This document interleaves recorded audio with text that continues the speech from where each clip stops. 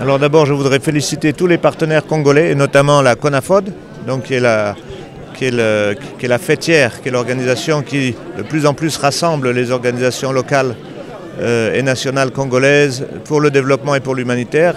Ils ont vraiment travaillé très fort au cours des 2-3 dernières années pour fédérer tous ces efforts. Et donc le symposium d'aujourd'hui, qui est le deuxième symposium après celui de Bukavu il y a 1 an et demi, c'est vraiment la culmination de tous ces efforts. Et vraiment, j'ai beaucoup d'admiration pour ce qu'ils font. Et j'étais très content d'être là ce matin. Ce qu'on appelle la localisation, c'est vraiment faire en sorte que les acteurs locaux soient beaucoup plus au centre du leadership humanitaire, puisqu'ils sont là, ils connaissent leur pays, ils ont énormément de membres partout dans tout le pays, y compris dans les zones très difficiles de l'Est.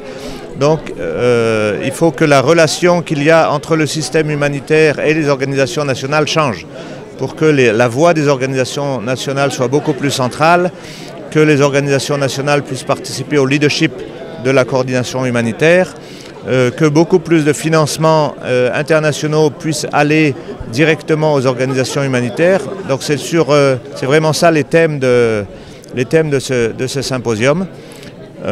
Ici en RDC, il y a déjà beaucoup de bonnes pratiques et de belles leçons apprises par rapport à ça. Par exemple, je donne 1 ou 2 exemples. La participation des ONG nationales dans ce qu'on appelle l'équipe humanitaire pays que je préside, elle est très importante. Il y a maintenant 6 organisations congolaises qui font partie de cette équipe humanitaire pays. C'est un des plus gros chiffres au monde. Donc ils ont vraiment toute la latitude pour influencer les discussions. Ça c'est une chose. Et l'autre chose, on a au niveau des Nations Unies ce qu'on appelle le fonds humanitaire. C'est un fonds qui est de taille assez modeste par rapport à tous les financements humanitaires en RDC. Mais 60% des ressources de ce fonds l'an dernier ont été canalisées directement ou indirectement à travers des organisations humanitaires. Là aussi, c'est un des plus gros pourcentages au monde de financement direct ou indirect à des organisations locales à travers ce type de fonds. Donc on est vraiment en faveur de toutes ces approches. Aussi, souvent, il y a l'impression que les organisations internationales, les Nations Unies, les ONG internationales sont là pour renforcer les capacités des organisations nationales. Je ne suis pas d'accord avec ça, parce que je pense que ça doit aller dans les 2 sens. Les organisations nationales ont beaucoup à apprendre aux partenaires internationaux parce qu'elles connaissent le pays, elles connaissent le contexte, elles connaissent les acteurs.